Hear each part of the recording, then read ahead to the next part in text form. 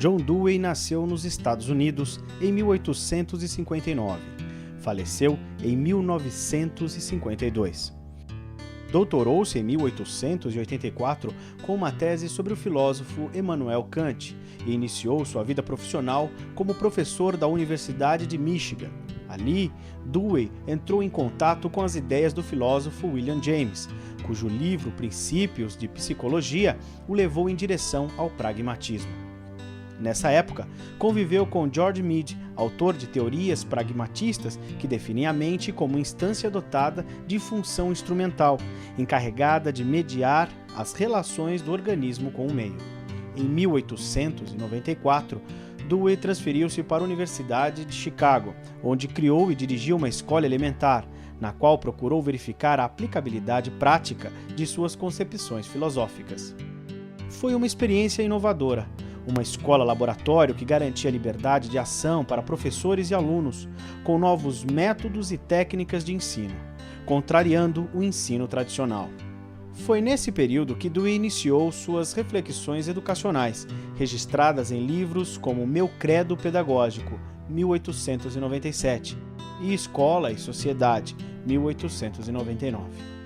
Em 1904, foi para a Universidade de Colômbia, onde se aposentou em 1930 como professor emérito. Nesse período, dedicou-se a escrever diversos livros e a desenvolver suas ideias no campo da lógica e da epistemologia para esclarecer as suas concepções educacionais. Visitou países como Japão, China, Turquia e União Soviética, expondo suas teses inovadoras nas áreas da filosofia e da educação. Mesmo após a aposentadoria, continuou escrevendo ensaios, artigos e livros, abrangendo assuntos como ética, arte e religião. Manteve intensa participação nos eventos políticos de seu país e do mundo, travando debates e promovendo sua crença inabalável na democracia.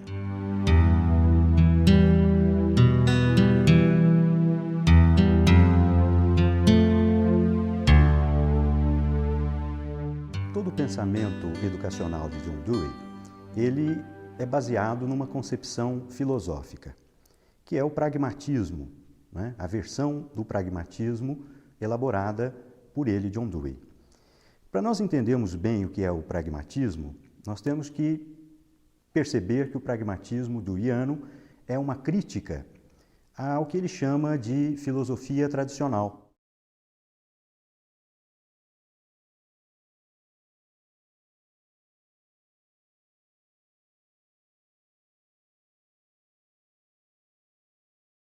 A filosofia tradicional, ela pode ser bem descrita pelas ideias de Platão, o filósofo grego Platão, que elaborou uma visão de mundo que consiste num dualismo.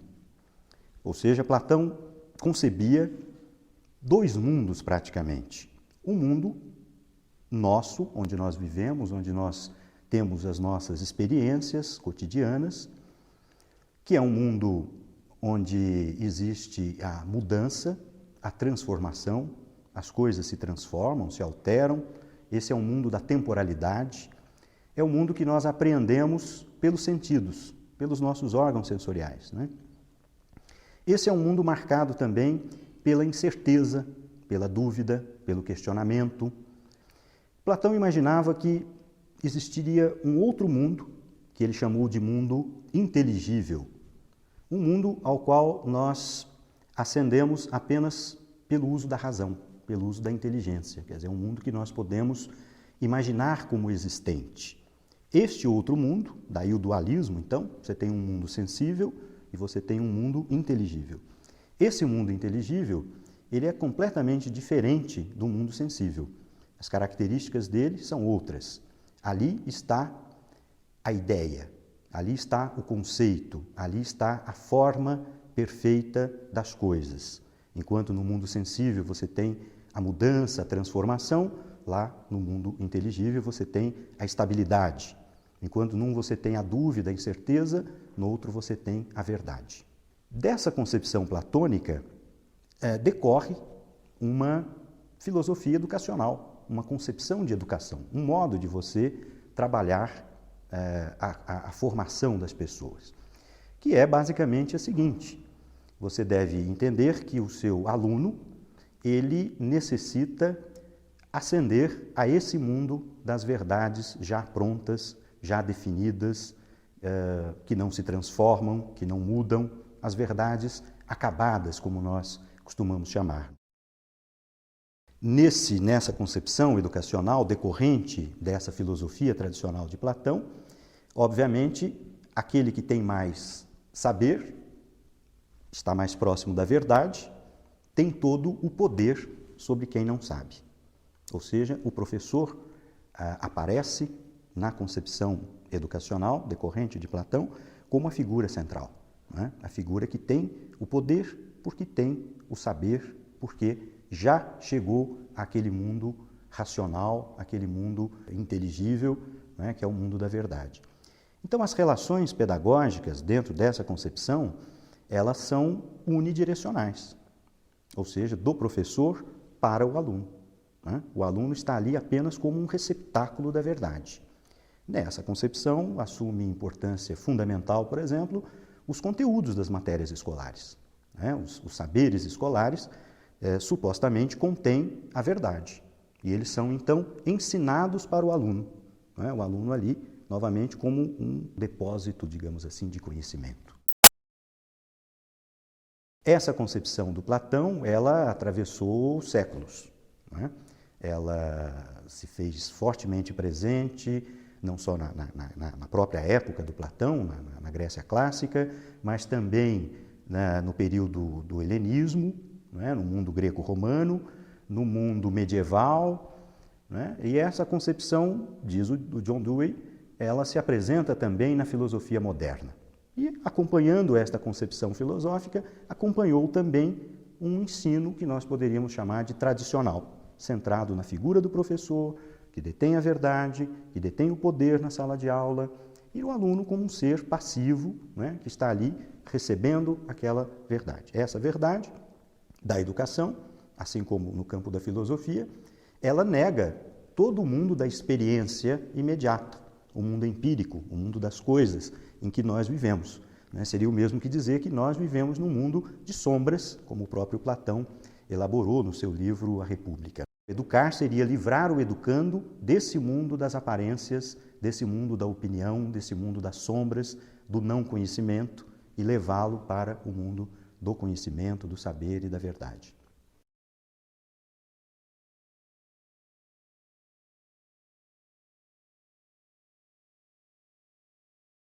Qual é a crítica feita pelo Dewey à filosofia tradicional?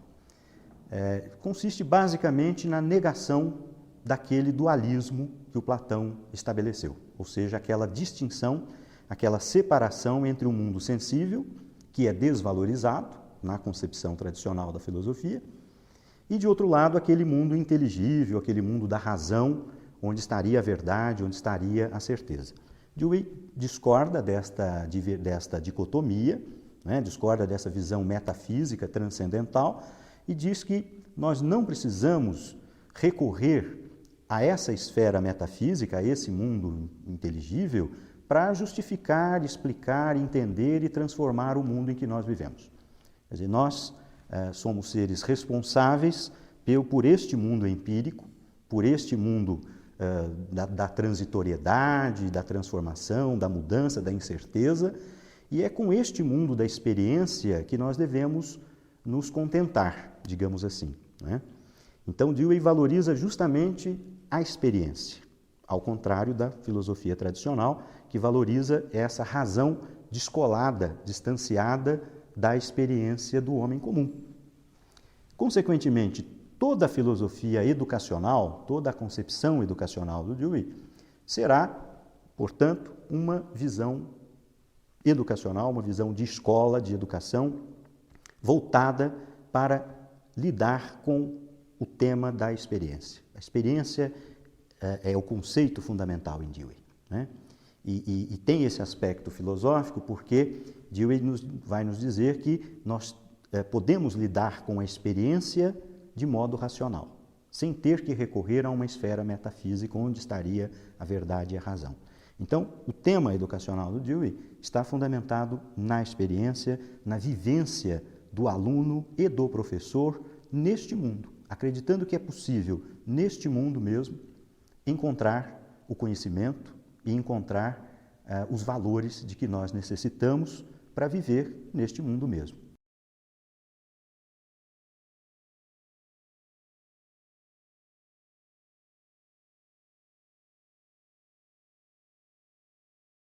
A palavra pragmatismo, ela significa justamente essa preocupação, essa ênfase dada às coisas práticas, né? Às coisas imediatas. No nosso linguajar comum, né, do homem comum, sempre que se usa a palavra pragmatismo, se usa com uma conotação pejorativa. Esse indivíduo é extremamente pragmático, né? Esse indivíduo é extremamente utilitarista, ele visa apenas o seu próprio interesse. No campo da filosofia, especialmente da filosofia de John Dewey, nós temos que entender um pouco melhor o significado da palavra. Ela diz respeito, sim, à prática, né? Como nós podemos ver, a oposição do Dewey à filosofia tradicional, ela traz justamente esta visão de valorização das coisas da experiência, do mundo sensível, do mundo imediato. No entanto, em Dewey, a palavra assume um caráter não individualista, não egoísta. Porque Dewey pensa sempre que o indivíduo, nas suas decisões, nos seus valores, nas suas concepções morais, ele está vinculado diretamente ao grupo social, à sociedade. Então, o pragmatismo deweyano é um pragmatismo que valoriza as coisas da prática, vinculadas à vivência coletiva, à vivência grupal, à vivência social. Portanto, nunca será um egoísmo, né? No sentido do indivíduo tomando as suas decisões em benefício exclusivamente seu. Será sempre um pragmatismo coletivo ou coletivizado, visando o bem da coletividade, da comunidade. Caçada. Caçada tem SS? Tem C?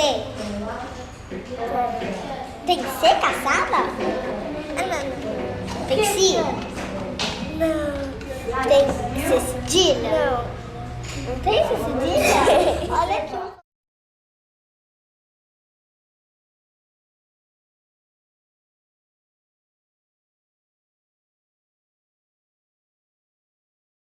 Pensamento é uma ferramenta que você utiliza para resolver problemas da sua vida prática, né? No seu cotidiano, no seu dia a dia, você se defronta normalmente com problemas, né? Com opções que você tem que escolher entre caminhos que você vai percorrer para ir da sua casa ao trabalho, por exemplo, e você lança mão de ideias, de dados que você possui e você elabora hipóteses. Bem, hoje vou por aqui. Você testa essa hipótese, dependendo do resultado que você tem, você confirma ou não aquela ideia inicial que você tinha, aquele pensamento, aquela hipótese que você elaborou, né? O que é o pensamento reflexivo? Ele é um pensamento desse mesmo tipo, que se distancia, porém, do pensamento comum, da pessoa comum que tem 1000 problemas para resolver, né? E que usa, né, certamente, esse mesmo modelo de procedimento para tentar resolver os seus problemas. O Dewey apenas sistematiza isso de uma forma um pouco mais elaborada, mostrando que há uma série de passos, né, que você pode seguir para verificar se as suas hipóteses, se as suas ideias, de fato, elas se mostraram válidas ou não. De qualquer maneira, é a prática, é o resultado que vai confirmar ou não confirmar a sua ideia, o seu pensamento. Daí o seu pensamento ser exatamente isto, uma ferramenta, um instrumento que você utiliza, né, para resolver problemas do seu mundo sensível, né, do seu mundo da experiência. E ele é passível de ser alterado. Você não vai ficar apegado a uma ideia, a um modo de pensar, se isto der errado, né? Se o resultado não for positivo, não servir para o seu bem-estar.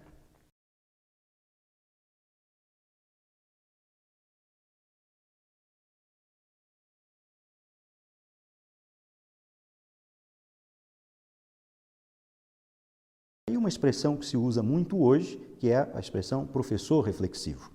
É um professor que não trabalha com definições prévias, com soluções prontas, né? com o manual de ensino que diz para ele, proceda sempre assim.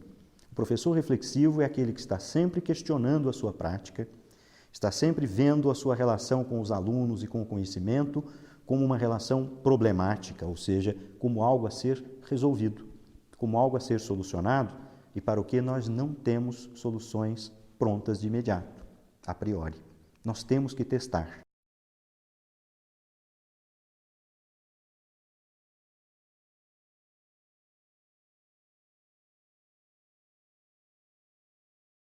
A educação proposta pelo Dewey é uma educação experimental, neste sentido, de que você tem um problema, você tem um conhecimento a transmitir, você tem uma matéria a ensinar, você tem aquele grupo de alunos que se apresenta com tais e tais características. Como fazer? Não há solução pronta. Não há um mundo platônico dizendo para nós, faça assim que dará certo. Né? Nós temos hipóteses.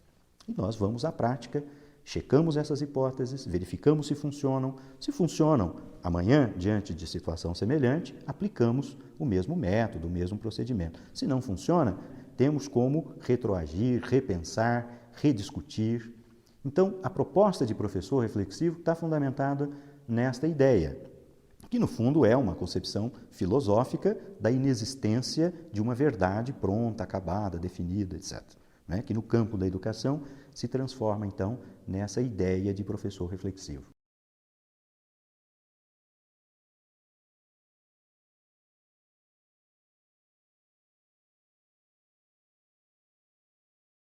Educação ativa é aquela que conta com o seu objeto de trabalho como sendo um objeto ativo, um objeto que atua. Quem é o seu objeto de trabalho como professor? São os alunos. Então, os alunos, na concepção do Yana, são ativos, são seres que participam, são pessoas que têm vontades, que têm paixões, que têm necessidades, que têm desejos, que têm conhecimento também. Conhecimento espontâneo, conhecimento da prática. Então, a educação ativa é aquela que vai contar com isto. Não é? Daí não ser possível você ter um método, você ter uma definição prévia. Por isso a necessidade de ser reflexivo, porque o seu objeto de trabalho, os seus alunos, são vivos e ativos. Não é? Qualquer outra concepção educacional deveria contar com alunos passivos, recebedores da verdade, não é? Que seria na concepção filosófica tradicional, ou no ensino tradicional. A concepção do Yana, como ela conta com um aluno ativo, ela precisa contar com um pensamento reflexivo, com um professor reflexivo. Todo prisioneiro tem que ser castigado 20 vezes, todo dia, às 4 da tarde. Professor, repete, por favor.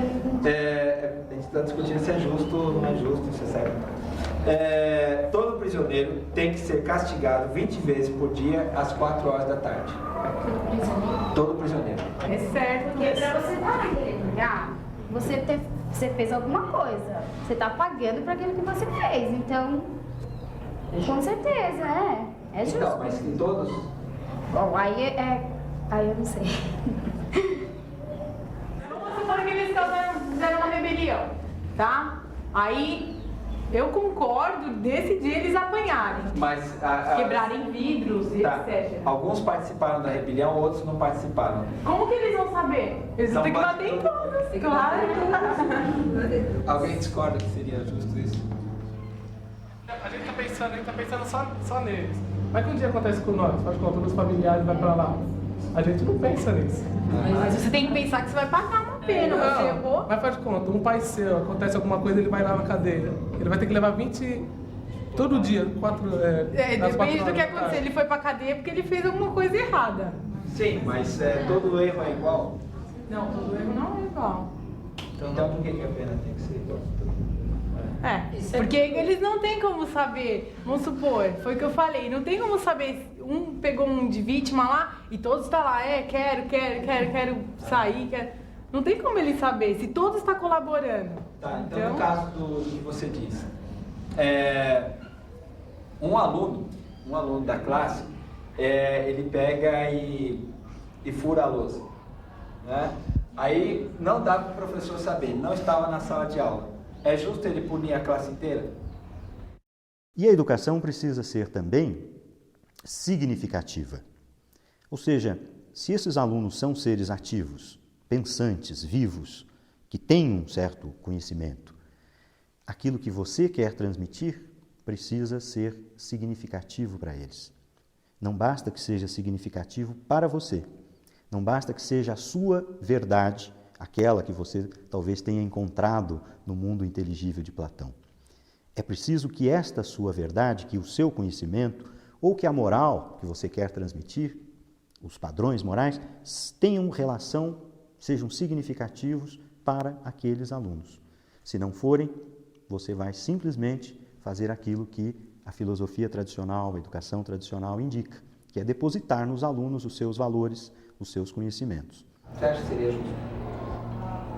Eu acho que a nota é individual. Se a pessoa vai atrás da nota, cada pessoa tem sua nota. Se o outro estudou, ele vai tirar a nota dele. Se você não estudou e está colando do outro, você não vai ter aprendido nada. Você pode ter certeza. Mas não justifica a sua ação? De ter colado? O fato de você não ter tido possibilidade de estudar, não justifica a sua ação agora? De estar colando na prova? Entendeu? É assim. Você teve uma série de problemas, não pôde estudar para a prova. Agora chega na hora da prova e você não está em condições de fazer. Não é justo que você possa colar na prova? Tem que pensar. Se você conta realmente com a existência de alunos ativos e participantes, com seres pensantes, você tem necessariamente que transformar aquilo que você quer ensinar, aqueles seus conteúdos ou aqueles valores morais, em algo relacionado com a vida deles, com a experiência deles. Porque eles vêm para a sala de aula com experiências. Você, professor, tem as suas experiências, o seu conhecimento e os seus valores. Como relacionar essas duas coisas? Transformando aquilo que você quer ensinar em algo que seja importante para o aluno. Daí você precisa contar com o interesse do aluno. Se ele não for alguém interessado naquilo que você quer ensinar, você jamais vai conseguir ensinar. Aí, obviamente, entramos em um campo que é o campo da didática, né, que vai nos dizer como despertar o interesse, né, ou como articular os seus conteúdos das suas matérias escolares de maneira a atingir o interesse do aluno. Né? Mas aí já entraríamos num campo técnico de como fazer. Né? A concepção do Uiana não chega a isto. Ela apenas estabelece a necessidade fundamental, sustentada na sua filosofia, de que o conhecimento a ser ensinado seja significativo para o aluno, que haja interesse do aluno naquilo que vai ser ensinado.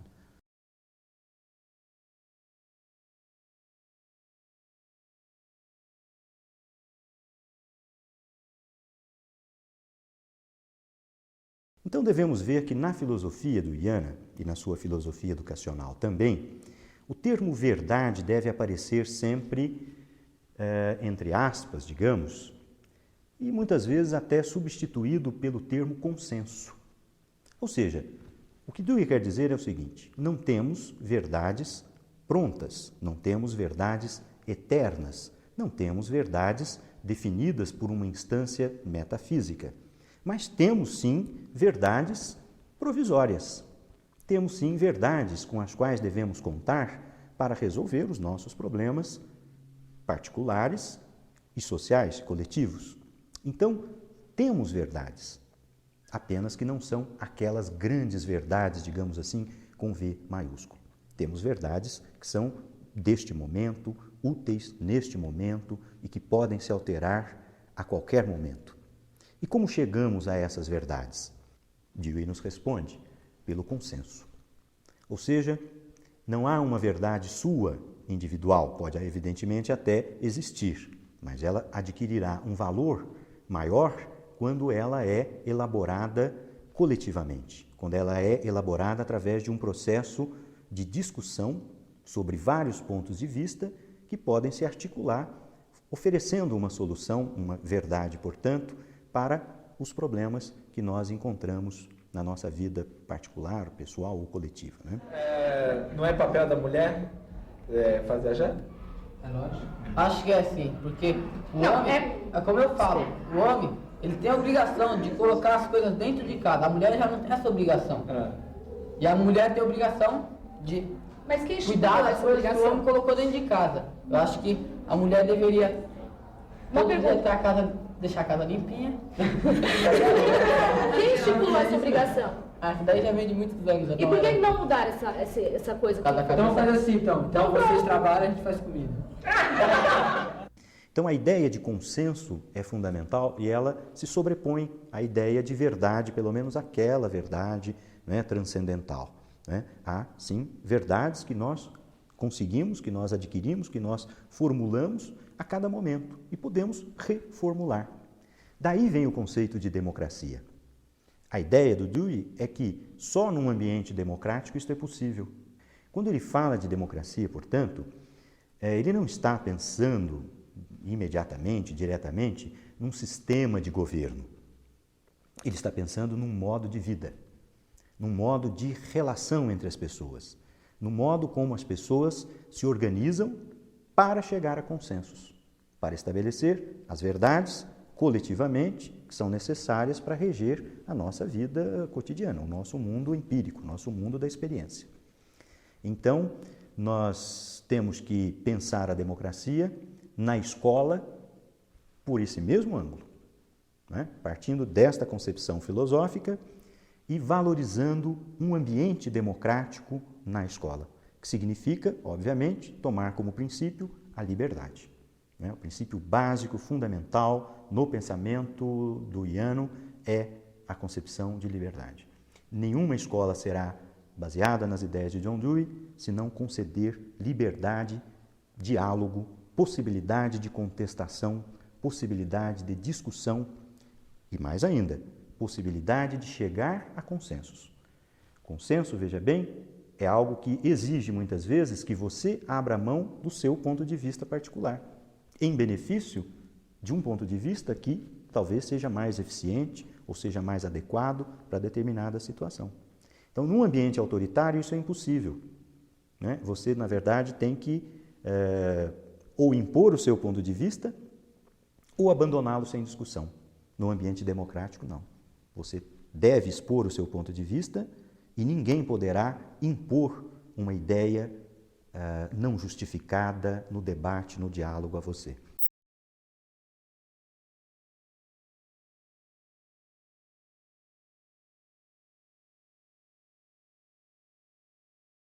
Quando John Dewey fala em democracia e diz que o fundamento dessa sua concepção é a liberdade, nós podemos identificar essa ideia com indisciplina. Ou seja, na escola, cada um faz o que bem entende, cada um elabora o conhecimento da maneira como achar melhor, cada um escolhe as regras que deve seguir e as que não deve seguir.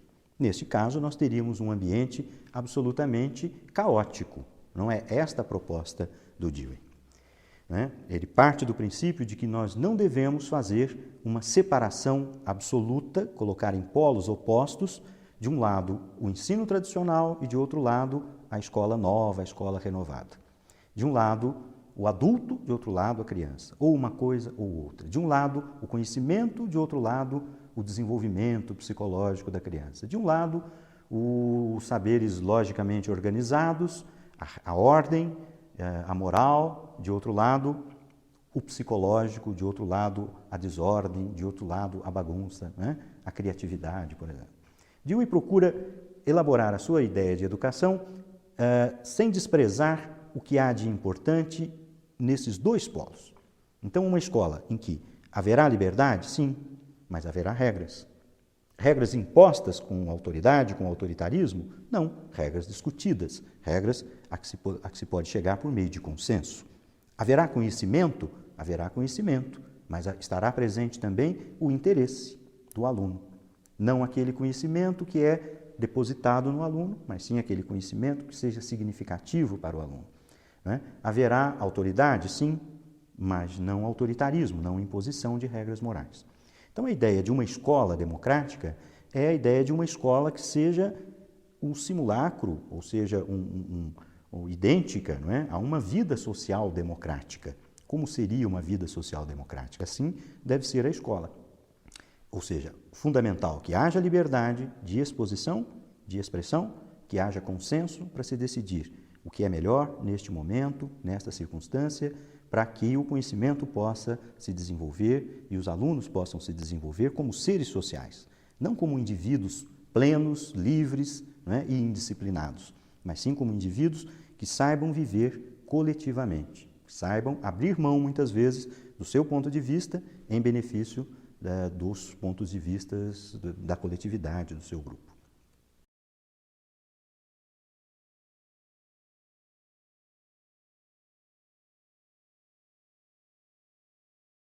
John Dewey é conhecido também pela ênfase que ele dá no termo ciência.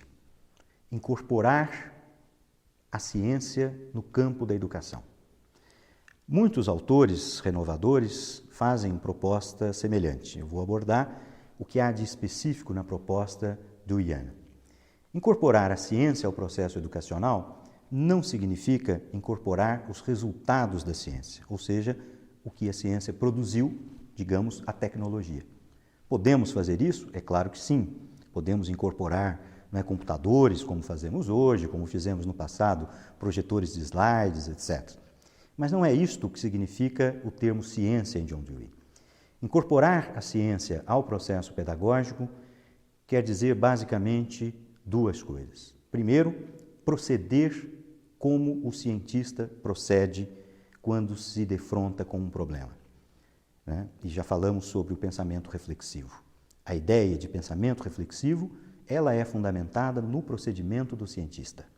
O cientista é aquele que se depara com um problema teórico, um problema prático, elabora hipóteses, tenta checar hipóteses, levanta ideias e confirma ou não confirma. Então, a ideia de pensamento reflexivo, ela está envolvida nessa visão que o Dewey tem do trabalho científico. É um trabalho em que não há nada pré-estabelecido, não há nada fixo. Tudo está em movimento. Todas as ideias que os cientistas têm, elas são passíveis de serem amanhã modificadas. Ideias que eram aceitas há 10, 20 anos, 100 anos, hoje não são. Por quê? Porque o cientista está constantemente envolvido nesse trabalho de revisão dos seus enunciados. Assim deve ser a escola também. O professor deve mostrar aos alunos que aquele conhecimento que está sendo transmitido, aquele conhecimento que está sendo passado, ou mesmo no campo moral, aquilo que é certo ou errado, etc., é passível de mudança, pode ser alterado. Outra ideia ligada à ciência está vinculada estreitamente a isto. A ênfase que o Dewey dá no trabalho científico como um trabalho pleno de democracia. Os cientistas debatem entre si, tendo em vista uma regra democrática, diríamos, que é esta, de que eu posso, como cientista, contestar o que você diz. Então, a vivência democrática no campo científico é o que Dewey está pensando. As autoridades e as verdades científicas, elas são contestáveis. Então, o trabalho do professor, ao transmitir o conhecimento científico, deve estar carregado, impregnado desse espírito científico. O aluno nunca deve receber o conhecimento científico como algo definitivo. O objetivo da escola, pensar, é transmitir o conhecimento científico? É. Para ele, o conhecimento científico é o que de melhor nós temos.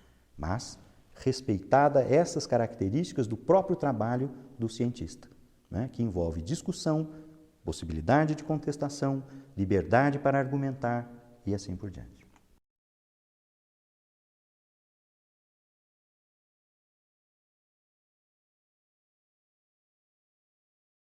John Dewey era um liberal. Esta palavra, esse conceito, hoje em dia, está extremamente associado à ideia de neoliberalismo, ou seja, um retorno das ideias liberais. Neoliberalismo hoje, basicamente, é um sistema, uma proposta em que o Estado se omite da condução de uma série de políticas sociais. Dewey discutiu essa questão nos Estados Unidos, nos anos 30, 40, no período anterior e durante a Segunda Guerra, e afirmando a necessidade da presença do Estado nas políticas sociais. Isso é algo importante de se deixar bastante claro, para não se confundir a proposta deweyana, a visão política deweyana, com o que se chama neoliberalismo. Na sua época, Dewey era um crítico do que hoje nós chamaríamos de neoliberalismo. Ele vivia o período da crise, posterior a 1929, a quebra da Bolsa, a crise internacional, verificava o empresariado em situação extremamente difícil e a classe trabalhadora sofrendo uma miséria quase que absoluta. E qual era a solução que os liberais do seu tempo apresentavam? Quanto menos Estado, melhor. Vamos deixar que a mão invisível conduza os negócios, que o mercado resolva a situação. Dewey foi contrário a esta visão, dizendo não, se formos por aí, os mais fortes sobreviverão. Apenas o empresário mais forte, mais esperto, apenas o trabalhador mais submisso será capaz de sobreviver. Não podemos permitir que haja esse jogo natural das forças. Precisamos que o Estado implemente políticas de recuperação da economia e de restauração da dignidade da vida dos trabalhadores, que foi o que de fato acabou se consolidando com o New Deal. Foi a política de Roosevelt que acabou modificando, ou amenizando pelo menos, os efeitos dessa crise nos Estados Unidos. De outro lado, se falando de concepção política do Dewey, ele afirma que a nossa sociedade não é democrática porque ela é dividida em classes sociais e até acena com a sua utopia democrática de no futuro nós chegarmos a uma sociedade sem classes. Isso poderia levar a uma identificação dessas ideias com o marxismo, com o comunismo. De fato, Dewey chegou a ser acusado de comunista. Ele chegou a viajar à União Soviética no final dos anos 20, voltou elogiando bastante o que viu, mas percebeu também que se tratava de um regime extremamente autoritário. Então, a discordância dele em relação aos marxistas não está no diagnóstico. Para ambos, o problema está na divisão da sociedade em classes sociais. A diferença está em que o Dewey não acredita na solução que os comunistas apresentam, que é a revolta armada, que é a violência, que é a tomada do poder. Do ponto de vista dele, isto só leva a mais violência, só leva a mais discriminação e a mais distinções. O que ele propõe? O que ele chama de método da inteligência. Ao invés da violência, a inteligência. Mais liberdade, ao invés de menos liberdade. Mais possibilidade de diálogo, mais possibilidade de discussão para se tentar chegar a um consenso. Então, a via da violência para superar a não democracia não é algo que ele contemple, ao contrário. Ele é um crítico dessas vias políticas que levam a soluções imediatas e rápidas. Para ele chegar à democracia é algo que demanda tempo, é algo que virá se nós soubermos administrar bem a liberdade que nós podemos conquistar.